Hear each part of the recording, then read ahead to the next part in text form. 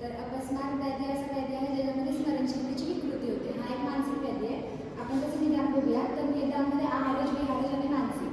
मग आहारजमध्ये मलिन आहार सेवन, विरुद्ध आहार सेवन अशा कितीतरी कारणांमुळे आहारज कारणांमुळे अपस्मार व्याधी उत्पन्न होते.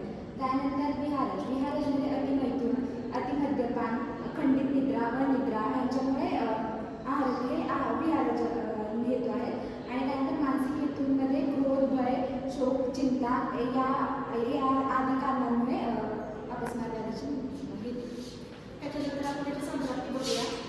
मलिन आहार, विरुद्ध आहार, शोक, भय आदी हेतूसोबत या सर्वांमुळे त्रिदोष प्रकोप होणार आहे. तसेच जे मनाचे दोन दोष सांगितले आहेत, रज आणि तम यांचाही प्रकोप होतो व हे रज आणि तम मनाला व्यापून घेतात, तसे इंद्रियांनाही व्यापून घेतात.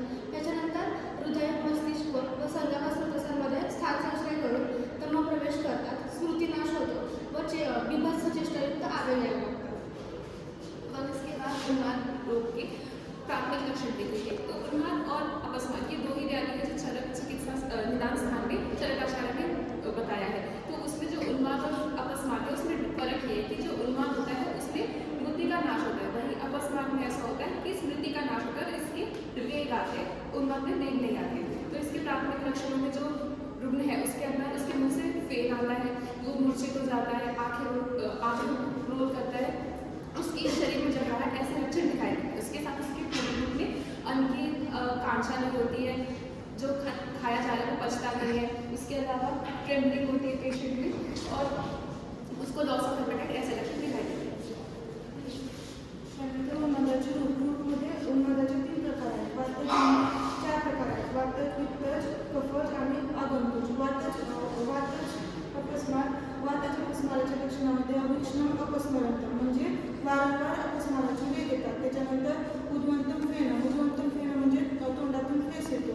त्यानंतर अनावस्थित पाणीपात. त्यानंतर अरुषा वर्णाचे नख, नेत्र, त्वचा होणे हे वातज अपस्माराची लक्षणे. त्याच्यानंतर पित्तज अपस्मार. पित्तज अपस्मारामध्ये वारंवार अपस्माराचे वेग येणे, लगेच सावध होणे, त्यानंतर अस्पष्ट वर्ण असणे, अरुषा, हरिद्र, तांबड्या वर्णाची नख नयनवेदन असणे हे पित्तज अपस्माराची लक्षणे. यानंतर आपण कफज अपस्माराच्या लक्षणाबद्दल बघणार आहे.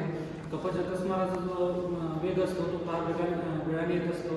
त्यामध्ये बेशुद्धीचा काळ अधिक असतो, लाळ सुटते, नेत्र, नख, मुख पांढरट पडतात आणि या व्यक्तीच्या स्वप्नामध्ये असे जाड दिसते आणि या रोगामध्ये कफकर आहार अहितकर असतो आणि कफनाशक आहार हा अनुकूल असतो. हे जी लक्षणे त्या व्यक्तीमध्ये दिसतात त्यांना कफकर अपस्मार आहे असं समजावं.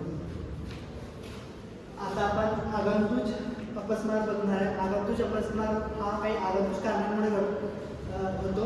याच्यामध्ये याचे विशिष्ट लक्षण म्हणजे वातज, पित्तज, कफज या अपस्मारांपेक्षा भिन्न लक्षणे या अपस्मारांमध्ये बघायला भेटतात. त्याची चिकित्सा म्हणजे देव, राक्षस यांच्यासाठी केलेला यज्ञ, मंत्र, होम, बली इत्यादी याच्या चिकित्सेमध्ये येते. नंतर अपस्मार याच्यामध्ये रोगाची उत्पत्ती ही वेगवेगळ्या प्राण्यांच्या स्पर्शाने किंवा अशुद्ध वस्तूच्या स्पर्शाने होते. चिकित्सा दोषों के अनुसार अपस्मार व्याधि में तीक्ष्ण संशोधन और उपशमन चिकित्सा करते हैं और आगंतुक संबंध फिर हम देव के आश्रय चिकित्सा करेंगे। सन्निपातज अपस्मार जो है असाध्य होता है, बाकी वातज, पित्तज और कफज साध्य होते हैं।